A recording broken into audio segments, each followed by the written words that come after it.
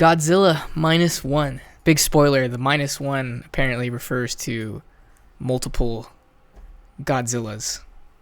Godzilla. Oh yeah? What's that? Well, I mean, that's just like what I interpreted from the ending, right? Is that right at the end when they killed Godzilla and they show the big like title card at the end and it's like Godzilla and then it's like minus 1.0.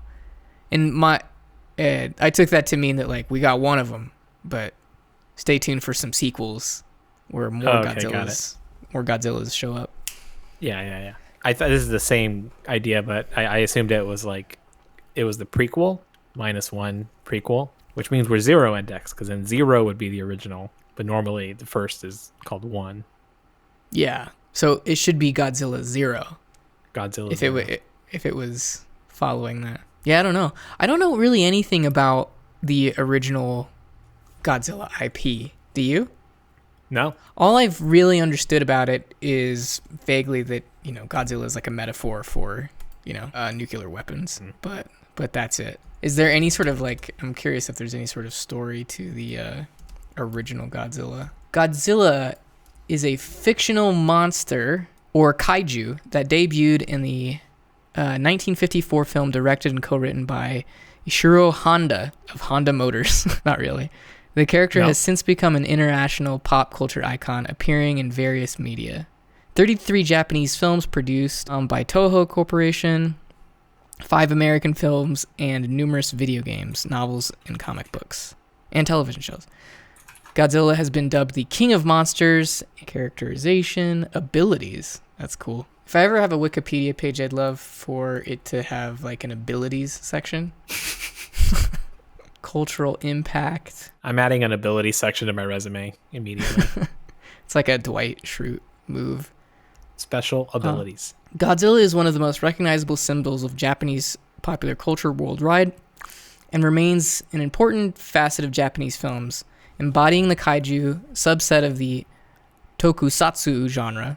Godzilla's vaguely humanoid appearance and strained lumbering movements endeared it to Japanese audiences who could relate to Godzilla as a sympathetic character, despite its wrathful nature.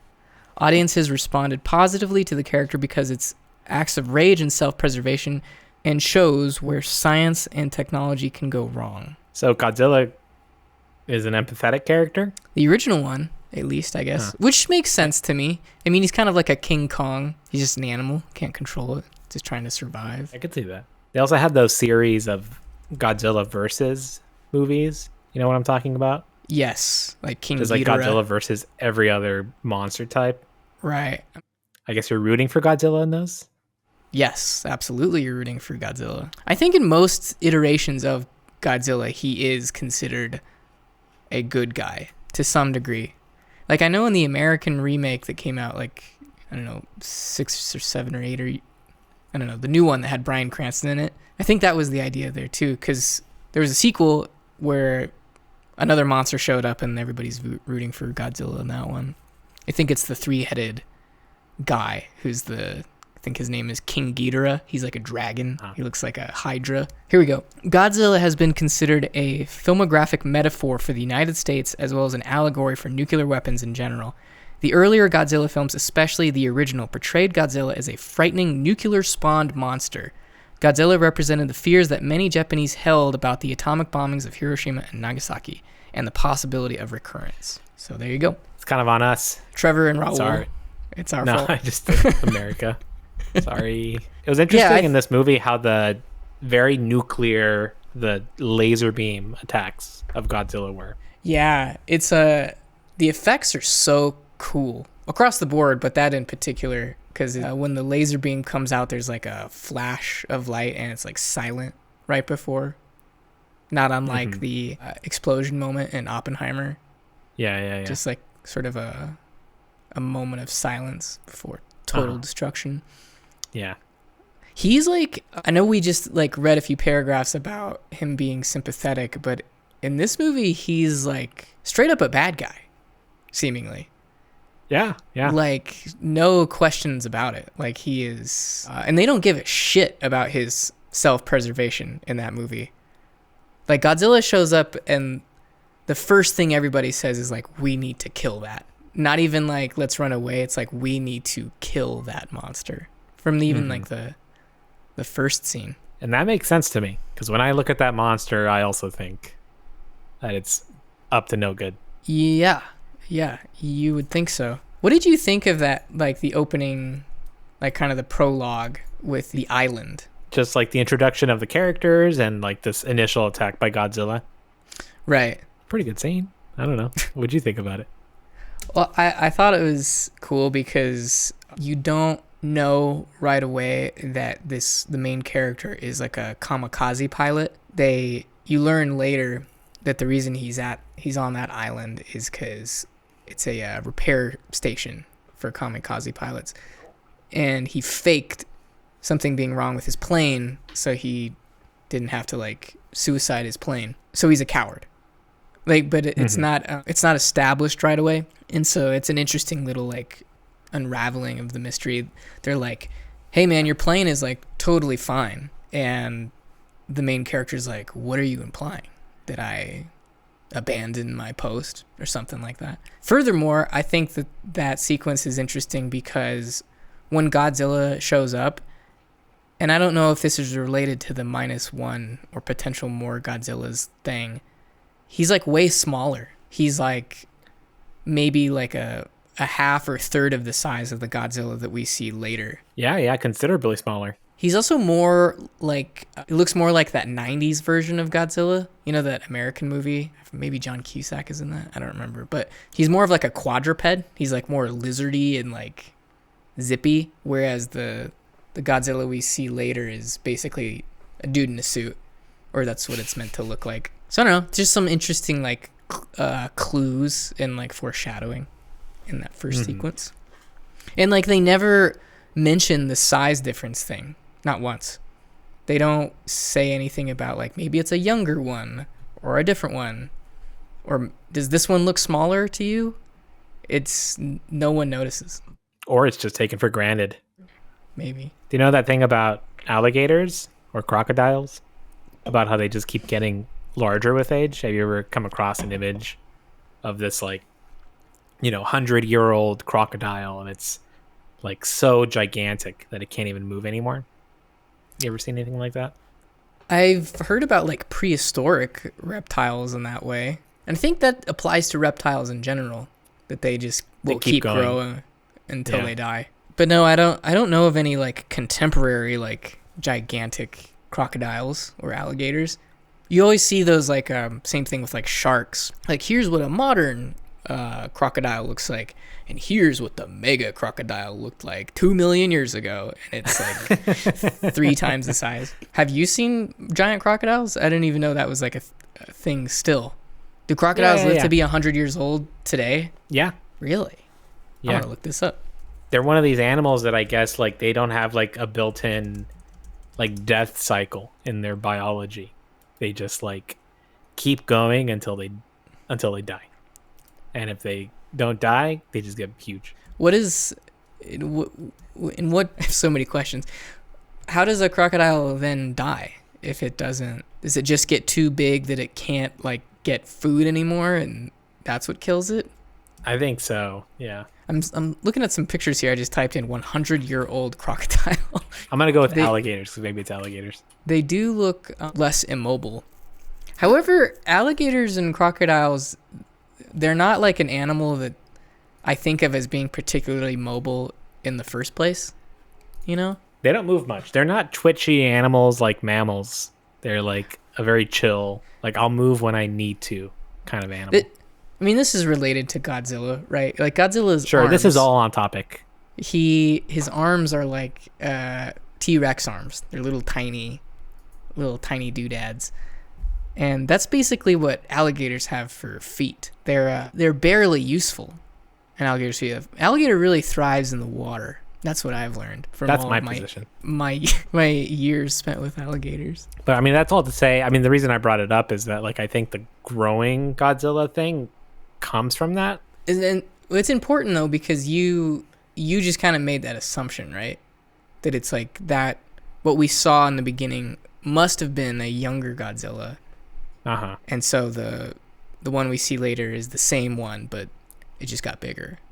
I think because so. like there And is really, there is a I don't know anything time about jump. Godzilla at all. I'm going off a lot of assumptions here. And even at the end of this one, when it's been basically destroyed, but there's still just like the nucleus of one that's going to grow back. I assume that it's going to go through the same life cycle. That's pretty cool. I wasn't aware if that's canon or not, that's how Godzilla worked, or at least in this movie, that he's just like can repair himself very easily. He's kind of like the Thing from The Thing. Mm-hmm. Because if you blow his brain up, like what even is there still to put back together? Apparently all it requires is just some little mass of cells and it'll just grow back. Yeah. That is a thing that reptiles do, right? Like they can grow back extremities. Yeah. Yeah. Like a different- lizard can grow its tail back. Right. I've always been so jealous of that, of species to species. I'm like, why can't we just do that? Because like when you lose your arm, that's it. Like no more arm. But Yeah, you wish it could grow it back. I would have to imagine there's some kind of science out there that says that in theory we could, but we just genetically we just can't do it for some reason. Do you want to talk about the release that we saw that was a very specific and special version of the movie? What was the yes, I do. What was the distribution on that? Was it, because I didn't even realize that that's what I had purchased until we talked about it. Right. We're talking about, both of us saw it in black and white in the theater. Godzilla Mad -1 minus color. Minus color, right? And originally, I just read my ticket wrong, and I said Godzilla -1 color. So, like, meaning the movie was in color. I thought that's what my ticket said. And I thought it was funnier still because it said Godzilla -1 color, meaning subtracting only one color. So in my mind, I thought, like, that's such a funny little play on words that nobody intended. And and then I made a joke. I was like, this movie will be presented without the color blue. I thought I was so clever, but I was the dumb one in that situation. It's like, no, it actually is minus color. It's intentional. It's in black and white. Okay. I didn't understand that you omitted the second minus, so I thought you saw Godzilla -1 minus color, and then you took minus color, and you're like, that's a singular color. It's not colors. And so that's where the pun came from. You're like, -1 color, but only one color. Right. Had it said that on my ticket, it would have been funny. But when you pointed it out to me, I realized how silly I must have looked. But yeah, as far as the release, I think the only reason it was in theaters is because of the black and white version. On the day we saw it, that was when that was released. So I think it was no coincidence That's that the cool. movie's still in theaters. It came out late last year. Yeah, I'm kind of happy that we did it that way. Yeah. I wonder if they re-released it because of the recent like Oscar buzz around it. I wonder if that was intentional or not. I told you that they were nominated for like best VFX, but it's like a Japanese film, so I don't know how that works. If it's because usually it's just all movies are like from a different country are in foreign. They're like in the foreign category. Although Parasite was just one. And that was a Korean movie, so I don't know what I'm talking about. I guess foreign films can win major categories, but then they also have the foreign film category, so that if they don't rise to that level, at least they have that category. Right. What's your opinion of black and white in general? In general, the closest analog that I have to like black and white, like a modern movie in black and white, is do you ever watch the Mad Max like special Chrome edition? No. It's Fury Road? Fury Road. It's no way. It's exactly the same. It's just in black and white, kind of like what we saw here. Which I never watched that, and I think it's actually most likely worse than Mad Max Fury Road because part of what makes Mad Max so fun is its colors. It's so orange and blue, super saturated all the time. And if you take that away, I feel like it loses something. And then with this movie, I think it looks amazing because this movie, it's clearly, unlike other recent Godzilla movies, American or otherwise, like a very clear homage to like original Godzilla movies. Like the effects are sort of on purpose more lo-fi. Godzilla isn't made to look like a big like CGI monster. He is still CGI from what I can tell most of the time, but he's made to look like a guy in a suit, like the one behind me here. And I feel like the black and white just enhances all of that. It makes you feel like you're watching an older movie that has like these really insane effects in it, a la the nuclear laser beam thing. So yeah, I'm very pro. I don't think I would have enjoyed the color version as much as I enjoyed the black and white version. I think it made it much more of an experience. Yeah, I agree. It was quite the vibe, and it kind of like felt old school. And I love the way the explosions felt in black and white, where it's just white brightness. Mm-hmm. Very effective. I was surprised to see. I saw a clip of Godzilla in color, like maybe a commercial or a trailer or something, and I was surprised to see that like the main color of his little spiky things that he charges up for his laser blast are like bright blue, like chromatic blue. What color were they in your mind? I didn't have a color for them, I guess. You just didn't even think about that. Yeah. Seeing clips of it in color is pretty jarring after seeing the black and white version, because the black and white version, it just feels more right in my mind. So seeing it like this is pretty nuts. I'm glad I saw the black and white first. Yeah, I agree. For that reason. I'd love to do some more research on the behind the scenes of the effects on this movie, because it feels very practical. I'm sure that there is CGI in it, but there's moments, especially with like the water stuff, I don't know how they did it, but it somehow looks really good and realistic, but it also looks like old school Godzilla, where it's usually miniatures or a guy in a suit. Like the particles of like the water in some of the scenes, that's always the big tell with when you're using miniatures, is water viscosity is like too thick for it being like actual scale. Because water, like when it's in a bucket versus a swimming pool, looks a lot different. And but in this movie, it sort of looks like it is that effect, like the water is too thick, like it would be on a miniature, on purpose.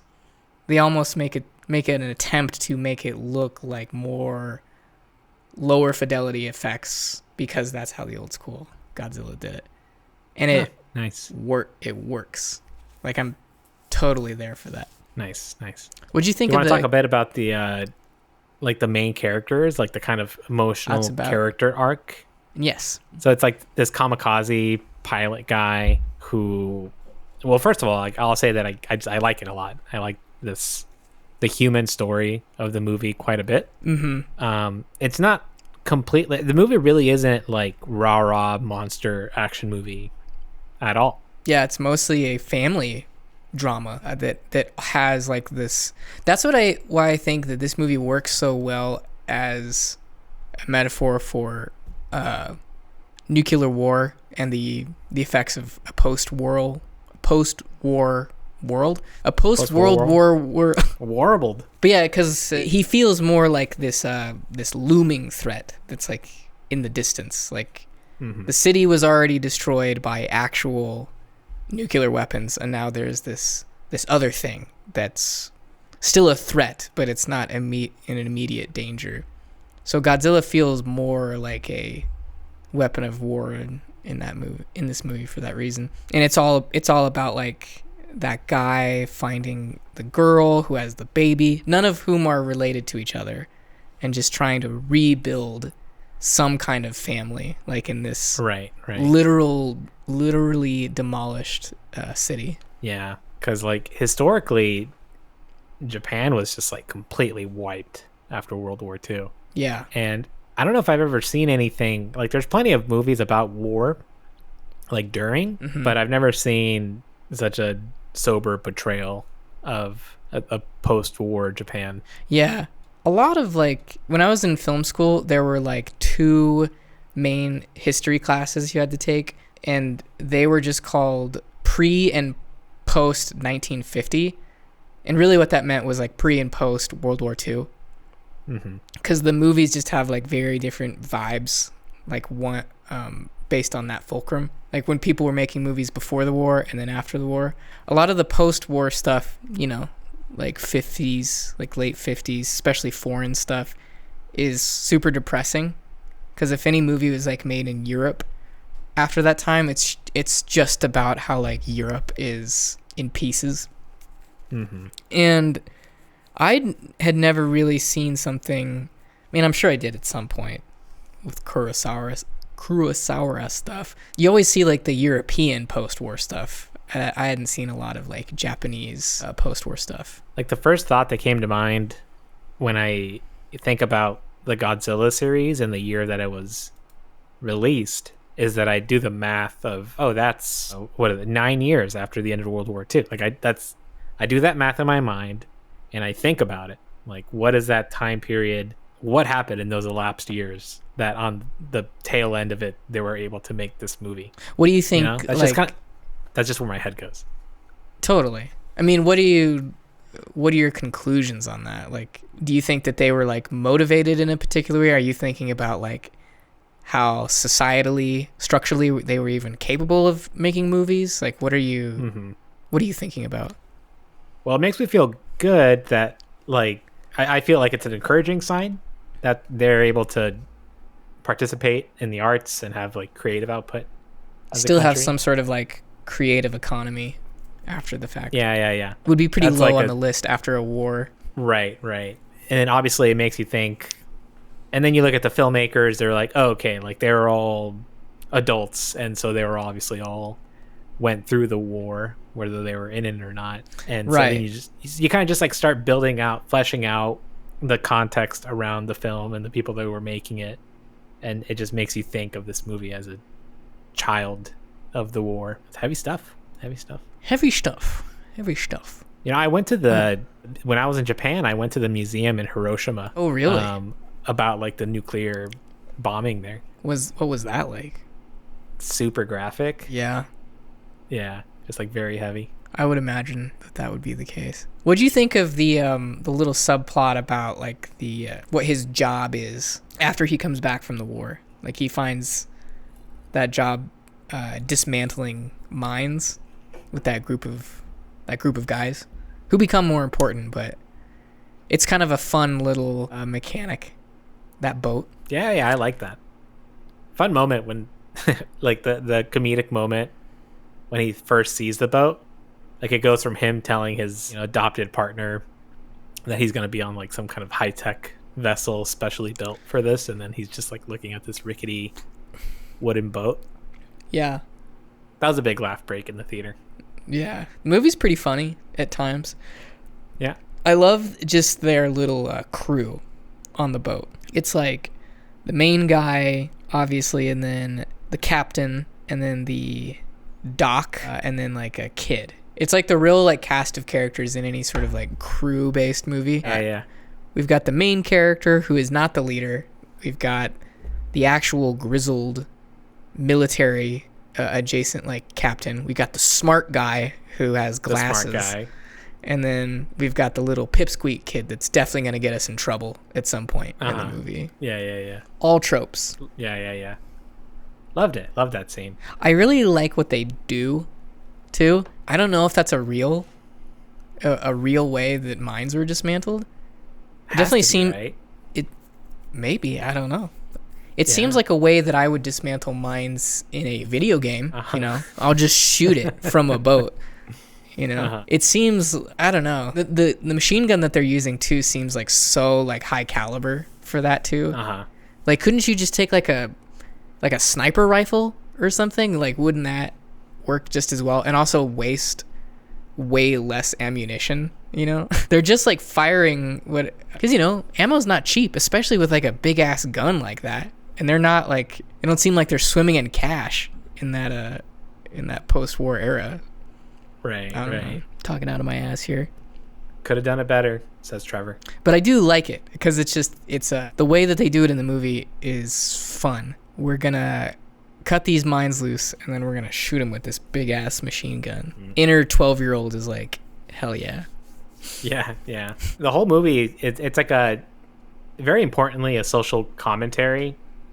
Like, it's a movie made Japanese people for Japanese people, and a lot of the themes that it kind of touches on are kind of like a culture talking to itself, like the same way American movies do that. And so it was interesting to me, like that scene of kind of like these citizens coming together to clean up the mess from the war and like do good and be good citizens is a theme that is developed further on in the movie. Right. It's a big like rallying cry of a movie that is kind of life affirming, but it's also very culturally Japanese in that way. Yeah, I love the positivity of the movie about a community and being proud of like one's country and duty, and that not being necessarily a function of the government. Like everybody wants to just bring their society and their community up. I'm interested, you might know more since you spent time in Japan. If you say that that's a culturally Japanese thing, is that something that has always been like a feature of Japanese culture? Or I'm sure I know the answer to this already. Or was that something that was enhanced or came about after the war? When, of course, when your entire country is sort of decimated by war, really one of the only choices you have is to come together as a people and try to rebuild something. Yeah, that's a good question. I'm actually not sure. But collectivism is like a very stereotypically Asian thing to be contrasted with kind of Western individualism. That's right. Kind of like the classic example is how Asian cities are so clean because people don't fucking litter everywhere. Right. But yeah, I love that. My favorite parts of this movie are kind of those parts, culminating in the meeting where the kind of town comes in. It's a very literal like representation of what you're talking about in that scene. Right. Yeah. It's very explicit. They're literally like, we need to come together as citizens to defeat Godzilla. Yeah. And the government, they're like, somebody has to do it. Yeah. Because everybody's like spooked by the war. Nobody wants to go back to war, albeit with a giant lizard. And so the naval officer or whatever who's sort of leading the charge, he's like, you guys can leave. Like you are well within your rights to just walk out of here, because it's really unfair of me to ask you to like take up arms after we just suffered an attack from the war. So a very important thing that happened in that scene is like the ratio of the people that walked out versus stayed in. It was only a few people who walked out, right? Only a few people, a very small amount of people. Yeah. And this is a scene you've seen before in American movies, right? The commander saying like, doing like the rallying speech at the lowest point of morale, and like the true diehard staying behind, and then they kick ass. I feel like, is this what you're leading towards, is that like in American movies it's like the numbers are inverse, like most people walk out at that point, and it's only like a few people who stay behind? Exactly. And this movie, like with the most reason to leave, like you'd be completely justified in not participating. Doesn't make any sense. Yet they all do, because of just this kind of this sense of doing things for your neighbor and for your people and for the greater good. Yeah. That the movie does really well. It's nice because Godzilla is a clear evil. I was trying to think about myself in this situation, right? If I was ever faced with what's essentially like a draft, needing to do something, go somewhere to like fight for my, I don't know, country. And it's just an idea that I, as a man living in America in 2024, just can't even conceive of thinking that way. Like I have no pride in America, like within reason. And so Godzilla is great because he's not some politically complex war that may or may not have just origins. He's just like a giant lizard who like is blowing our city up, like, yeah, I'll go fight him. So all that's to say is my hope is that if I were in that situation, I would also adopt this collectivist attitude and I would like take up arms against Godzilla. If Joe Biden walked in here and he's like, we need you to go fight in Israel, I'd be like, I'm not going to do that. I would you got walk a good out. Joe Biden impression? Listen here, Jack. That's what Colbert always does. He just uses words Jack, words aviator. Oh yeah, I don't like his impression that much. You know who does a really good one? Who? Dana Carvey. Dana Carvey does good impressions of everybody. That's what he's. That's true. That's what he's known for. He does more of the whispery Joe Biden. Yeah, you know? yeah. Like, come on, folks. We gotta. Yeah. That's not who we are. Yeah. You know, it was funny. I was thinking about this just today. I was talking with my therapist exactly about like the subject of like being willing to die for your values or for something like a greater good or something like that. Mm-hmm. And I feel similarly towards you. Like I'd have a hard time throwing my life on the line for anything. I can't come up with anything. There's just nothing except Godzilla. Yeah, like I would fight Godzilla if it meant that I would fight Godzilla. Yeah. We'll have to give it. But in a modern world, there's nothing that's that black and white, especially in America or any developed country that has like vested interests in being at war. Like there's no, I don't know. I was also thinking about this just in relation to like Nazis the other day. I don't remember why exactly, but I was like, what an interesting case of war where this whole country, or at least a very loud subsection of a country, had like such radical ideas that most of the rest of the world was like, you guys are fucking crazy. And then they became like the symbol of good or evil, like good versus evil for the next 100 years. And it's like, what else is like that? And they, just as quickly as they became that symbol of evil, turned right back around and became like one of the more respected like liberal nations in the world. And so like they just had like a little like goth phase or something. And it, totally. And it like it personified this idea that I have yet to been able to identify again, which is just clear evil that is worth unifying as a country to fight. I feel like had I been a young man, part of that is probably just cultural circumstance. Had I been a young man in the 40s, I'd have been like, yeah, I'll go fucking punch some Nazis. But now I'm like, I don't know, you're gonna need to come up with some Nazis V2 for me to get motivated about it. We got some Nazis V2. But they suck, they're like disorganized and they're here, they're like part of the country and they're also in other places. Like in the 40s, they were like, there's one dude who was a supervillain, like a comic book supervillain come to life.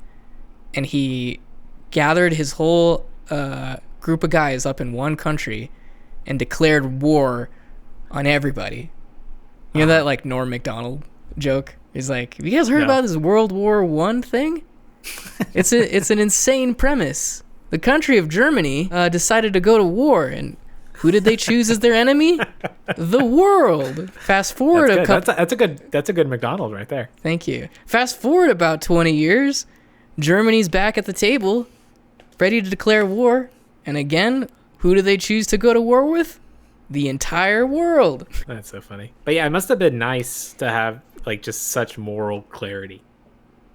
Yeah, it's tough because it's easy to look at that period and be like, definitely those guys had moral clarity. And I'm sure that is true to a certain degree. But, a lot of that moral high ground comes from delusion or like an oversimplification of issues. Nazis are a pretty easy thing to point at and be like, that's evil. But it's not like America was like wholly good at the time either. So I don't know. I feel like I think about that time as being very morally clear, but obviously it had its issues like anything else. And so am I just like, is that a concept that even exists? Is what I'm getting at. I think that I think it was morally clear that like the right thing to do was, to intervene in the war. I mean, the only like debate at the time was whether we should or should not join the war. Do anything about it? There's a funny White as Kids You Know sketch where Trevor comes upon like two people in a park. One of them's on the ground and the other guy's just like kicking him. Have you seen this sketch? No, I have not. And he's like, what's going on, man? Like, why are you kicking this guy? And he's like, oh, like he killed my family or something. And it's like, oh, really? Like, that's crazy. And then he's like, yeah. And then I forget exactly, but for some reason, like the person getting kicked and the kicker get switched. Okay. And then Trevor's like, okay, like we're kicking this guy. That's great. He's like, hey, why did he kill your family anyways? He's like, oh, he was a judge and like he sentenced them to death because like I did something really bad. He's like, oh no, wait, you're the bad guy. And like he throws him down on the ground, brings the other guy up, keeps kicking. He's like, man, that's crazy, all that stuff that happened. And he's like, yeah, and the best thing is, like, they weren't even guilty. I'm like a corrupt judge, and I threw them in for personal reasons. Okay, where do you want to jump back in? Man, what'd you think of that scene when, what's her name? The love interest, the woman, when she dies, quote unquote, that it's like one of Godzilla's like early like destruction scenes. Yeah. I was sad. That was a heavy moment in the theater. Yeah, people were crying.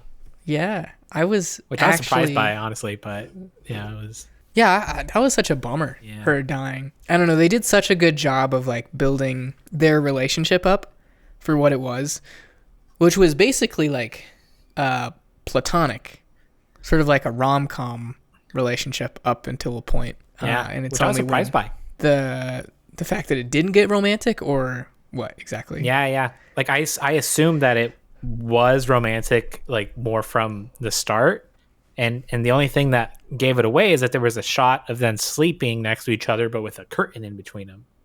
Yeah. Because they live in a small space, and then it struck me at that moment. I'm like, oh, platonic. Yep. Which is nice. I mean, it seems like it's meant to evoke that he has like so much respect for her, and also just like the right way to do things is to not get involved with each other. But then it's revealed that both of them obviously had feelings for each other only after she's gone. Who was like the one that was hesitant to make the couple a thing? If it was him or her, it wasn't clear to me at some point like why it wasn't happening, really. It's he said that because one of his like shipmates like gets in his face and he's like, why didn't you marry her before she died? He makes it seem like had he married her that like, I don't know, at least he would have done that. She still would have died in the end. But he's like, you should have married her before then. And they're like, why didn't you do that? And he said like, my war isn't over, referring to the PTSD or the fact that he didn't kamikaze, or the fact that Godzilla is still on the loose. I'm not exactly sure, but made it just seem like he felt like he wasn't worthy of that, of marriage or life. Okay. That seems like the right answer. Yeah. And it did such a good job of subverting my expectations or predictions. Because, when she flies away in the blast, you're like, oh, like a good happy ending, like movie watcher, you're like, she could still be alive. That was my first thought, like when I saw that. But then the movie just like kind of keeps going. She doesn't show up again soon after that. And then all of this other plot develops on how we're going to take Godzilla down. And just no time is spent with her death. And so for me, at least, it just made me slowly but surely accept, like, okay, I guess she's dead for sure. And it made it even more of a bummer, but it made the reveal at the end so much more satisfying because I was convinced that she was dead. And then... Yeah, same. I was completely surprised by the ending. I remember when that telegram shows up and it's to, like, his neighbor or his aunt. Who is that person? Can you tell me? I think just a neighbor. A neighbor, okay. Yeah, but I don't think it's a direct relationship. Okay. But when that telegram shows up and she like has a reaction to it, you're like, what could that telegram possibly be? And it's And I immediately thought it had to do with her death. I forgot about it, and then until the end, they revealed what it was. Mm-hmm. I'm like, who cares what's in this letter? Let's kill Godzilla. Yeah. I'm a big fan of Japanese media in general. Okay, weeb. Like whether it's movies or video, like big time video games. Like I think they make like some of the best video games.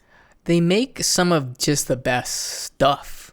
Period. Like the stuff that I've consumed from Japan, they just have such a well developed aesthetic style. They have a lot of emphasis on beauty. The way they go about things is like hits right for me. Yeah.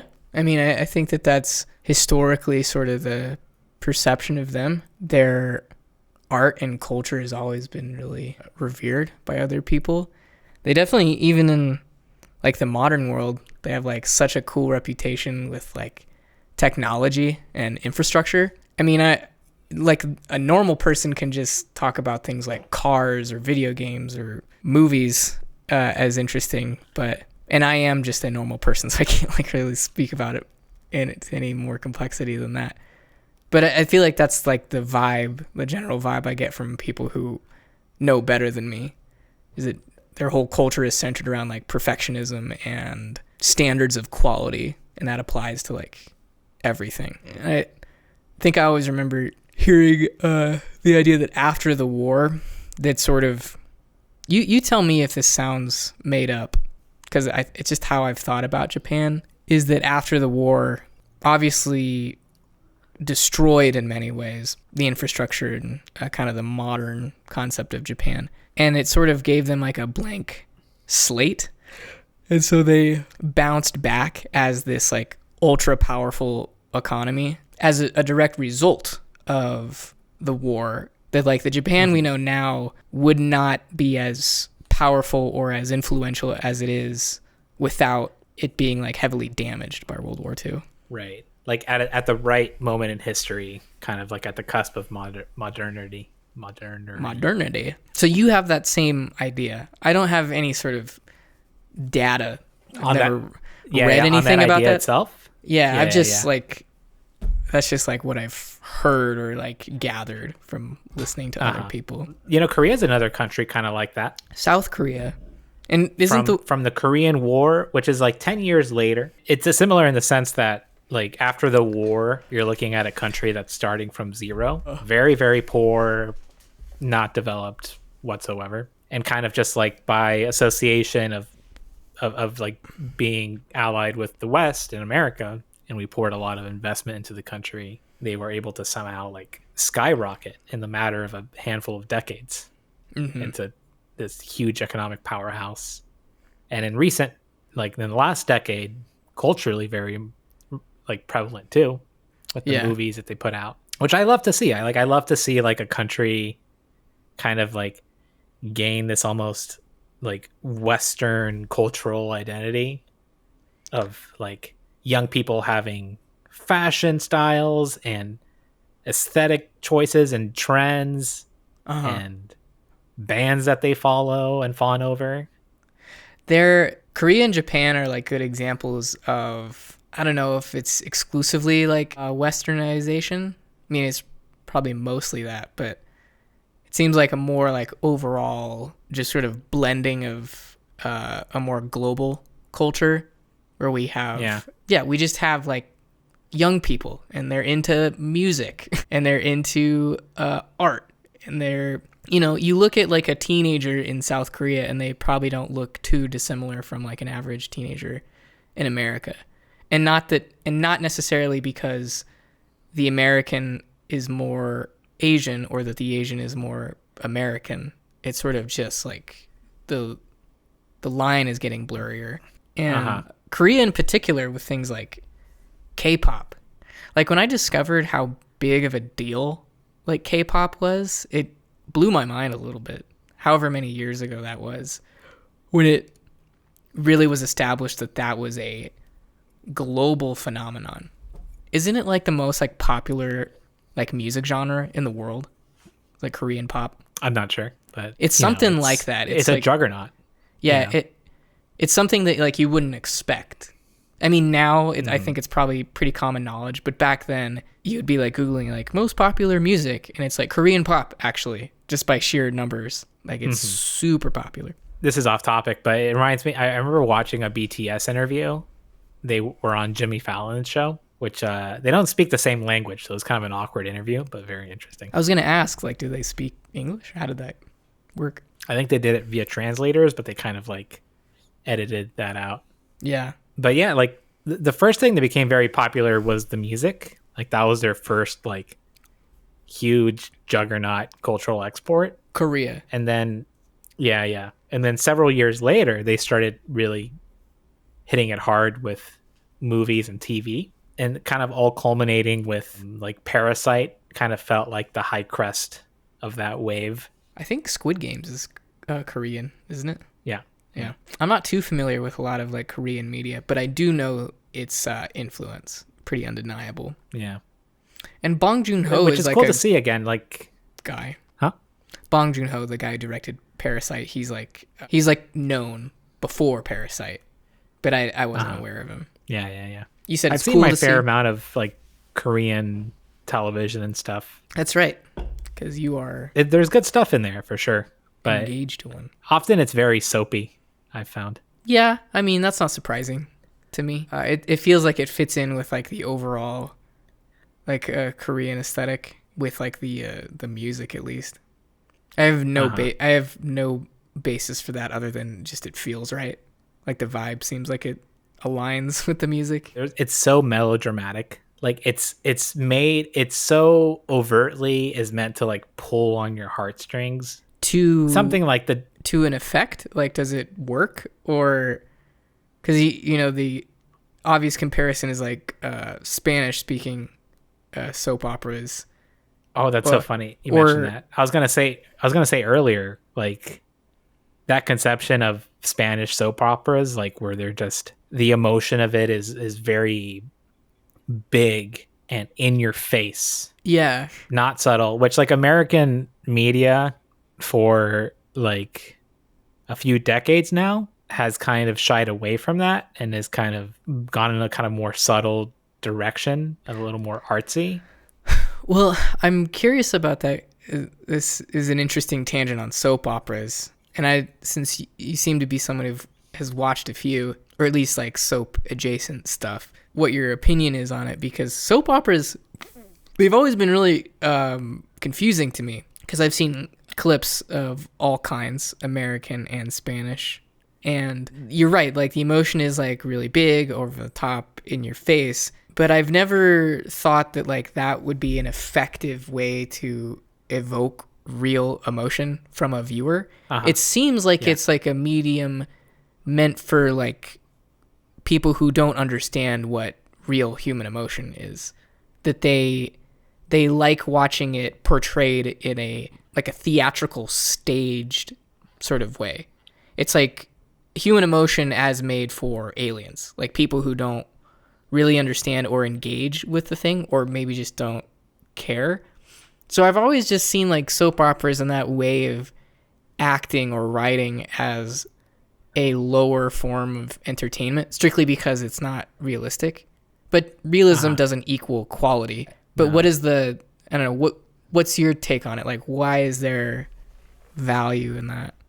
Someone who hasn't watched a lot of soap operas. I think that it's like when I recognize some of the similar elements of like Mexican soap operas and Korean media, that was kind of a huge moment for me, like where I was very surprised by it, to see that they can kind of handle emotion and melodrama in the same way. And what I kind of took away from it is that style of media is just something that's pretty basic and appeals to a kind of broader audience. I think who it doesn't appeal to is kind of our subset of super media literate people who have been like, who just like really, we've seen like so much TV and media that we're kind of like, okay, I'm done with like the plebeian stuff. Like, give me a little bit more higher art form. But what we're seeing here is, I mean, I would say that it's lower as well,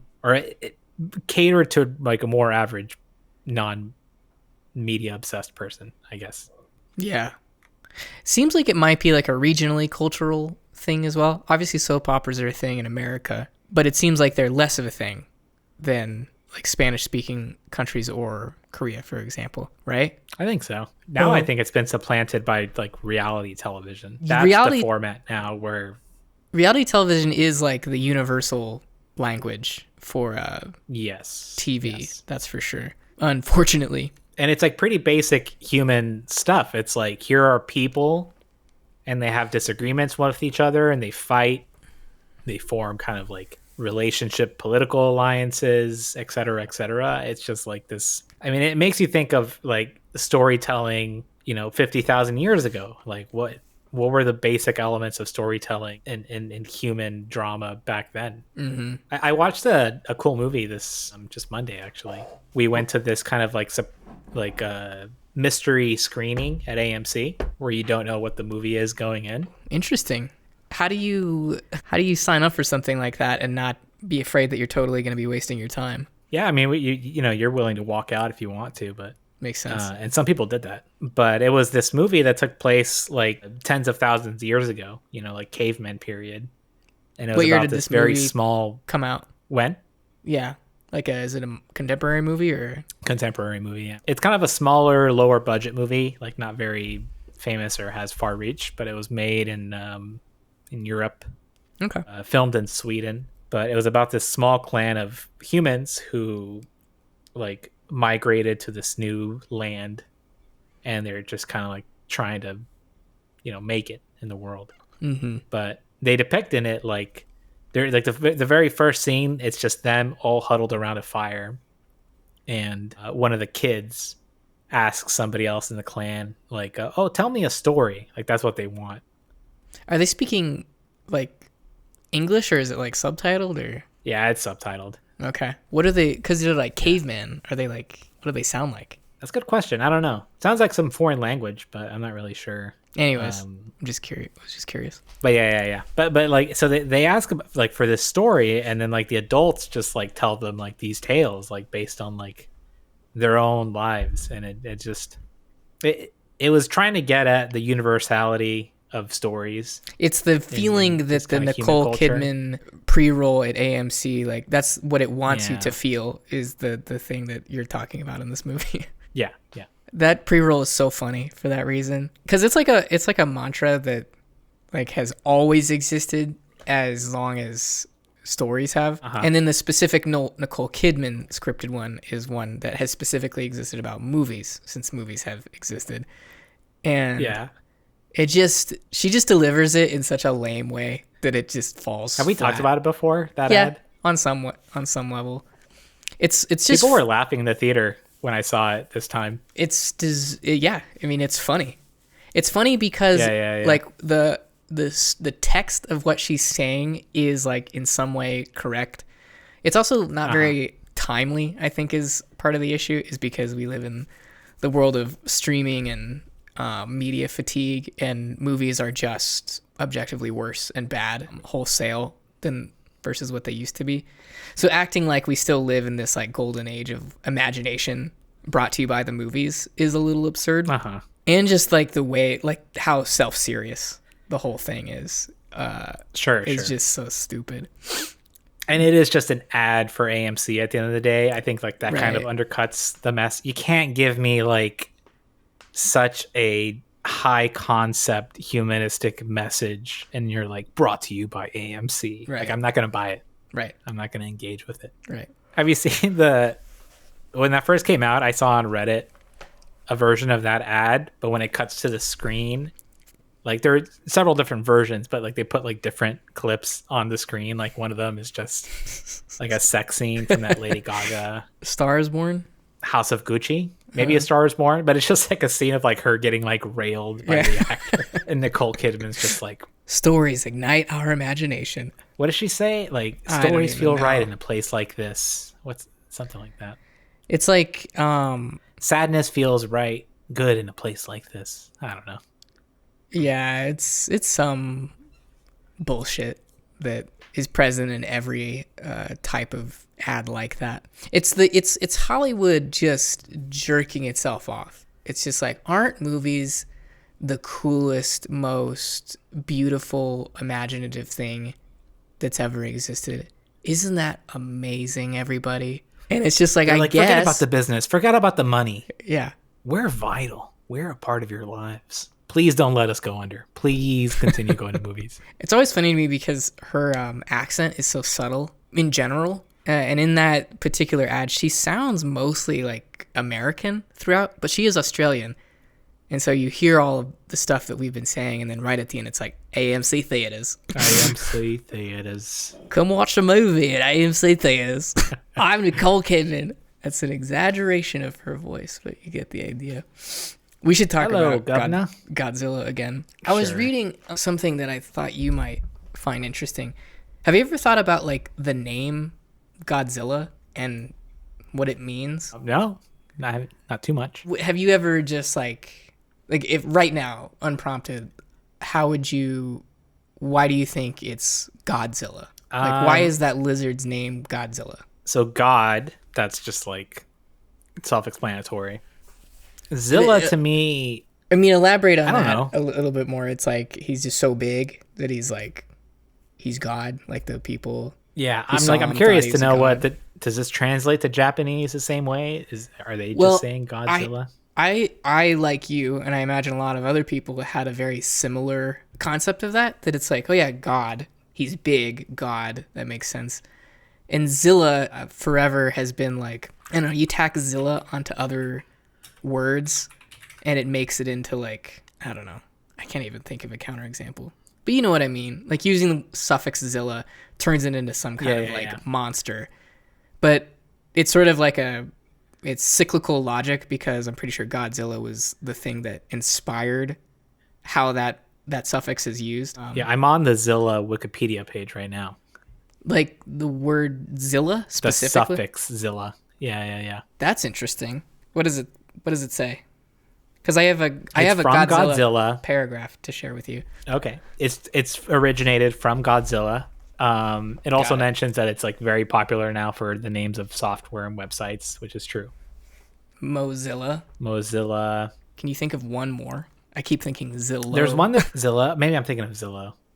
Godzilla. How has no one made that joke before? My eye just caught this. Cuntzilla? Cuntzilla. Gonna open link in new tab. Okay, let me read the Godzilla thing for you because it's not really what you would expect. Ready? Yeah. Although the process of creating Godzilla's first film is comprehensively recorded, exactly how its name came to be remains unintelligible. The most widely accepted report of the origin is that the producer, I'm not going to try this, Tanaka, named the monster after a sturdy Toho worker who was jokingly dubbed Gojira, of the Japanese words gorilla, which is gorilla in English, and Kujira. The account has been acknowledged by Toho themselves, director Honda, producer Tanaka, special effects director Tasubura, producer Sato, and production head Mori. With Sato and Mori recalling the employee was named Shiro Amikura. However, Honda's widow, Kimi, dismissed the employee-named story as a tale in the 1998 BBC documentary on Godzilla, believing that Honda, Tanaka, and Tsubura gave considerable thought to the name of the monster, stating, "The backstage boys at Toho love to joke around with tall stories, but I don't believe that one." Honda's longtime assistant director Kajita added, "Those of us who were closest to them don't even know how and why they came up with Gojira." Toho later translated the monster's Japanese name as Godzilla for overseas distribution. The first recorded foreign usage of Godzilla was printed on the Hawaiian Tribune Herald on November 20th, 1955. During the development of the American version, Godzilla Raids Again, Godzilla's name was changed to Gigantus by producer Paul Sherbin, who wanted to create a character distinct from Godzilla. So, it's like a word that just kind of roughly sounds like gorilla in Japanese. Huh.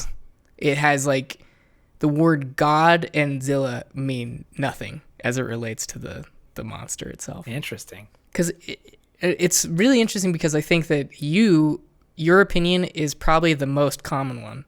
And I definitely had that when I was growing up and became aware of Godzilla. It's just like the word like God associated with this 200-foot tall like dragon monster. That just makes sense. But actually it's like closer to like gorilla. And that just is from some guy, allegedly. Like it has nothing.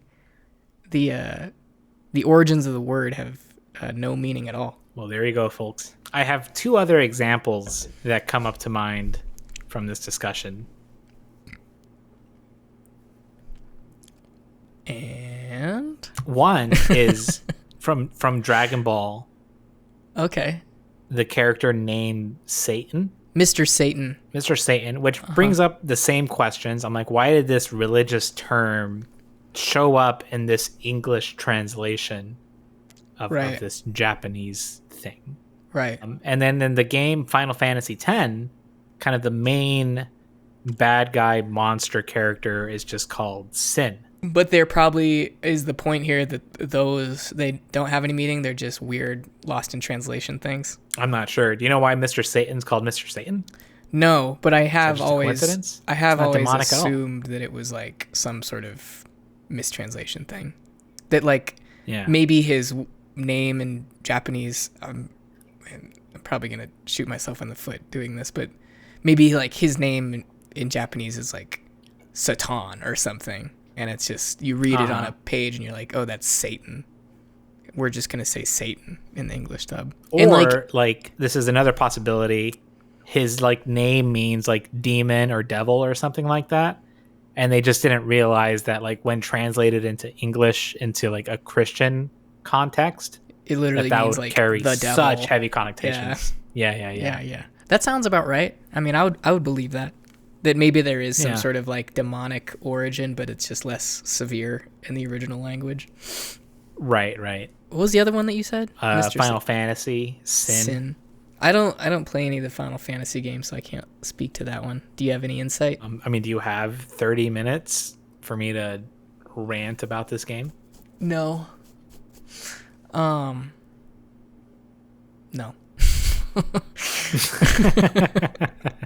That one I actually think is probably deliberate. Yeah, I mean, based on what I vaguely know about those games, I wouldn't be surprised. They're pretty steeped in like fantasy, obviously, but moreover just, I don't know, religious iconography. I've seen that like come up in things I've seen associated with those games. Or I don't know, maybe there's just one. But I've been thinking about playing those, or like trying to dip my toe into one of those. I'd be interested in your opinion on this actually, because how many Final Fantasy games are there? Like 13? Like 15? 15, which is an insane number. And I understand that those span, I'm sure, multiple decades and many different like generations of video games. And as a person who does play them, have you played all of them, most of them, a couple of them? Does doing that just matter? Some of them. What's the... No, it doesn't matter. There's no like through line narratively between all of them? Okay. Not at all. What's the format then? Is it like new characters in the same world every game, or why are they part of the same series? Yeah, they're new characters every world. Like, yeah, from game to game it can be quite different, but like for example, like sometimes the monsters you fight are the same. Like what? Like just the same type of monsters, or you're literally fighting like the same battle in different worlds, or just like the type of monster? Like maybe there's there's this flan kind of gelatin monster that you fight, and like that'll pop up. So the world and like in several places, the creatures and everything is the same, just different people. It's not even the same world or universe. Okay. It's like just sometimes like they'll reuse character designs. So what not is to like save time or anything? It's just. So what is the like connection then? Like why bother all lumping them into the same game series? Is it like the game mechanics are similar? Yeah. Game mechanics are similar. The game mechanics change and evolve quite drastically throughout the series, because obviously they're starting from like PS1 up to modern times. I mean, ultimately, I think it's just because it's made by the same game studio, and they all kind of have the same aesthetics and vibes to them, but they're all quite different. Yeah, that's an interesting idea. I mean, the game mechanics is probably the main thing that makes them part of a kind. It's all turn-based, right? Or does that change? It changes later on. Yeah, but it being like part of the same studio, it's almost just like we just come out with. It's like a band. It's like we just come out with an album every year, and this one's folk. That's what we made this year. Exactly. That's a good way of thinking of it.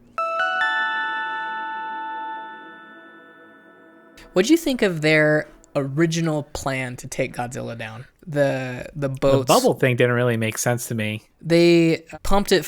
What did they do? They wrapped him up with these like canisters or something that they pumped Freon gas into, and that would make him sink because Freon gas is heavier than water, right? I don't know. I don't know. It didn't make sense to me. You're the scientist. You tell me. I don't think it made sense. Okay. Well, it didn't make sense. But what they explained is that it was like a bubble shield that would just like make him, that would like kill his buoyancy and make him drop. I don't know. I mean, I never heard anything like that. I understood what came after that, which was The pressure. The pressure and then rapid decompression after that, which ultimately kind of worked, but just not enough. The plan... That concept's very confusing to me. Pressure? This and this was in the zeitgeist after that submarine killed all those people in the ocean. Yeah. Last year. Yeah. The Titan. Just like the Titan, just like the incredible, unimaginable pressures that exist at the bottom of the ocean. But then at the same time, there are like bottom of the ocean life forms that exist. I've always thought that part was particularly weird. Like, I have no problem thinking about pressure. Early on, it was explained to me like think about the deeper you go, there's just that much more water on top of you, pushing down on you. There's like however many thousands of more gallons above you now. It's all just like pushing towards the center of the earth. So it makes sense that the pressure goes up deeper you go. But yeah, the fact that there's fish down there that can withstand that is crazy to me. And I guess it's just about, have you ever seen the movie The Abyss? Yes. Apparently, if your body is just adapted to that, like it's no problem. Like the pressure only takes effect if you're like something that comes from a place with less pressure. But like, yes, either you can adapt in either direction. Like you can adapt to pressure, and like a highly pressurized thing can adapt to the lack of pressure. It just takes time. That part I don't really understand, like what's happening in those, like, when divers come up, they're like, you have to stay in the fucking chamber for like 2 days so your veins don't explode and you get the bends. But I don't understand why. Like I don't understand what is happening in that moment. I just know that that's something they have to do. And I assume that if you get it, I don't have a good intuition for it at all. Like I'm still kind of baffled to this day. Someone knows. I mean, I'm sure we could watch like, a YouTube scientifically, video on it. This is like stuff I should know, like about pressure, and it's kind of like physics. Yeah, what the fuck, related. Bro? Are you even a scientist? Like, how do you not know? This is basic science, dude. I actually knew this. I'm just fucking with you. I'm just seeing how dumb you're gonna make yourself look. Oh no. Yeah, I don't get it. The fish thing's always. I watched The Abyss recently in theaters. There was like a oh no way. There was like a re-release, some anniversary thing. Went and saw it with some friends. That's the best. Like theaters now should be showing more old stuff so people can watch classic great movies on the big screen rather than premiering all the new stuff. It's fun because there's like there's a market for like private event theaters, and Grace did this for my birthday one year where we rented a theater and we watched Star Wars, the original Star Wars. I remember that. But even that was like a particular kind of experience. It's like we organized this thing.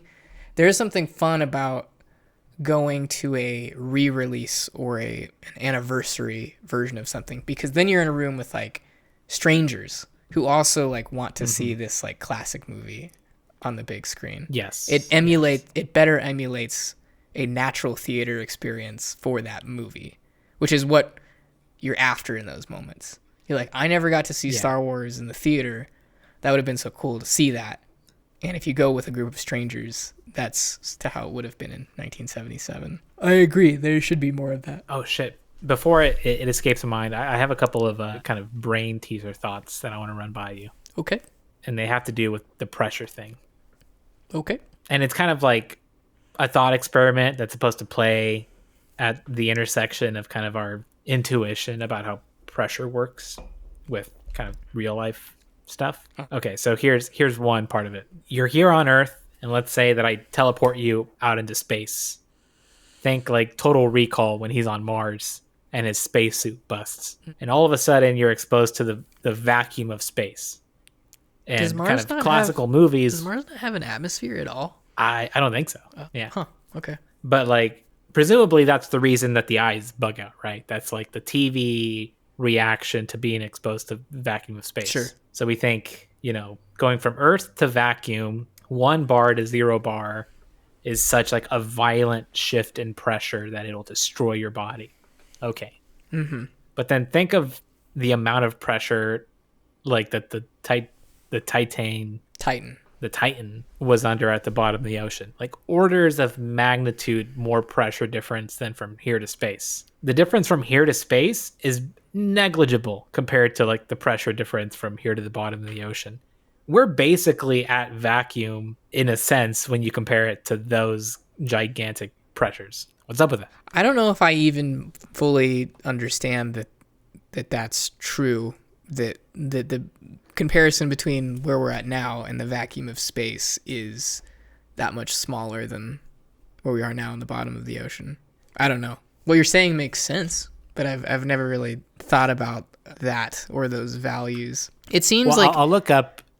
It seems like, I don't know, like a complete lack of pressure of any kind. Like space it's a vacuum. There's nothing there. Versus where we are now.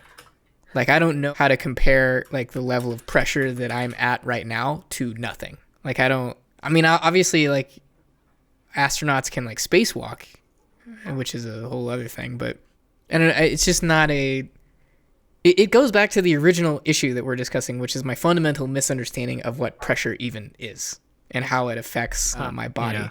And so I can't confidently say that like I am closer to zero pressure than I am to like crazy deep sea pressure. Like I don't know if that's true. Someone could tell me and I would believe them, but I don't know. Okay, well I just Googled here. And the Titan, when it wrecked, was around 400 atmospheres of pressure. So what does that mean? Several hundred. It's just like that's the unit of pressure. An atmosphere of pressure? PSI. Okay. Yeah. So then what are we at? 1 atmosphere. And they were under 400. And then which is a lot more pushing. And then space is 0? That we're under. Yeah. So going from 1 to 0 is okay. Going from here to space. There you go. And the Titan they went in the other direction. They went like way higher. Makes sense. Yeah. Is there a question? I have a hard time here, or what's the I just don't get it. Like can you explain it to me? Don't get what part exactly? I just don't. I mean, everything you just said made sense. Intuition for it. I think I just don't really understand the idea of a vacuum in the first place also. Like we live surrounded by stuff, oxygen and whatnot. We live in a soup of a kind. And so the idea of like being not in soup is weird. It doesn't make any sense because like to our little monkey brains, like soup is all there is. Like the idea of a vacuum doesn't really make a lot of sense. So I have an easier time understanding pressure like in the ocean, but only from like an external perspective. Like the whole however many more gallons of water is on top of you is like the best way that I can think about it. But how that in turn like affects your internal organs doesn't make a lot of sense to me, as if moving from one to the other. It just seems like if you're a thing that can deal with pressure, if I myself am like the Titan submarine, I'm made out of steel, I'm like super rigid. I'm built to withstand this crazy amount of external pressure that's pushing on my body. Theoretically, I should just be able to go from like point A at the top of the ocean to the bottom instantaneously. Why is the gradualness of that matter? Like, if I can withstand both levels of pressure, like why does like my body need to do the same thing? Like, I don't know what I'm saying anymore. I'm completely lost. Yeah, the main issue is just I don't understand the pressure thing. After this, I'm gonna watch a YouTube essay about what pressure is. We're like, I feel like the Tim Robinson character from that sketch I sent you. Yeah. You expect me to believe that? Well, any final thoughts on Godzilla? I thoroughly enjoyed this movie, especially watching it in kind of that retro black and white. I enjoyed the kind of cinematic experience. I really like the character plot that runs through it. I love like the social commentary about self-sacrifice in a kind of post-war Japan setting. Not a bad thing to say about it. Yeah, I'll echo all of that. Not having a lot of experience with other Godzilla stuff other than kind of the more recent movies. That like movie came out in 2016, and then there's that movie in the 90s that I mentioned earlier, which feel like, real products of their time, kind of gimmicky, just capitalizations on people being into Godzilla. This one seems like it's a true, like, this movie really likes the original Godzilla stuff. They're like, weren't those movies fucking cool? And my answer to that is yes, they were. Thank you for making this movie. This is very cool too. So I am gonna give it 10 out of 10 experimental airplanes. Remember that? The airplane? It had like... yeah. I wonder if that was historically accurate. I don't know. Its propeller was on the back, which I don't know anything about like aerospace engineering, but I was like, I didn't know you could do that. Just like put the propeller on the back. Yeah. Guess you can. Nice little reveal too about the ejector seat. I was a little... Yes. That's actually one thing. I know you got to go soon, but I do want to talk about that really quick because it's the kamikaze pilot thing. So much of the movie is like him sort of expressing regret and other people sort of casting like shame on him for not following through as a kamikaze pilot. There's like a Curbed episode about the same thing too. He's like, your grandpa was a kamikaze pilot, but he's in a nursing home? So he actually he's not really a kamikaze pilot then, is he? But the whole movie is, the whole time he's like, man, you suck for not kamikazing your way out of the war, you coward. And he feels the same shame. But in the end, he doesn't have to. He gets to eject his seat. It seems like the attitudes of everybody, the country, himself, people in the war, just kind of shifted to a more like liberal mindset on self-sacrifice, at least individual self-sacrifice. Right. Yeah. Like, you don't have to kill yourself for the state.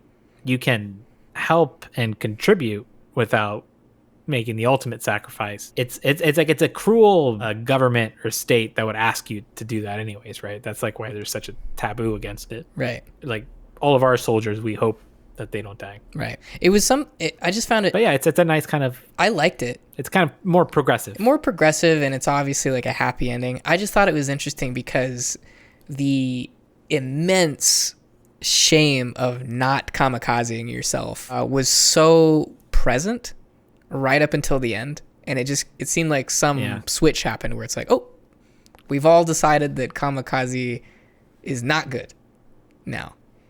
But even though that this was like my main internal conflict as a character leading up to this, I'm not necessarily knocking the movie for it. It just, I don't know. It was harder for me to believe that we went from like kamikaze is, my lack of kamikazing is the main reason that I feel bad, to now it's not a problem anymore, actually. No one cares very quickly. Yeah. I mean, I think that's just like the main growth of... Yeah, I get what you're saying. I get what you're saying. It's more... I feel like it's different because it's not isolated in that character. You know what I mean? Is that it's easy enough for a character to experience like, oh, I don't have to kill myself anymore. I've awakened. I have changed as the hero. Versus like what was established in the movie that was a pretty big sign of honor, and then the lack of doing so a sign of shame. So I don't know. I was just a little confused by it, or I didn't buy it. I didn't buy it as much as I think I wanted to. Okay, I will give this movie 9 rickety mine ships out of 10. Rickety wooden ships out of 10. Yeah. Good one. This was custom built. It's like a wooden ship. Thanks for listening. Film Hole is produced by just us, myself and Raul. Our music is by W, that's _ the word double and 2 U's. Get Film Hole wherever you listen to podcasts. If you like it, rate it. If you hate it, maybe don't. Thanks again. See you next time.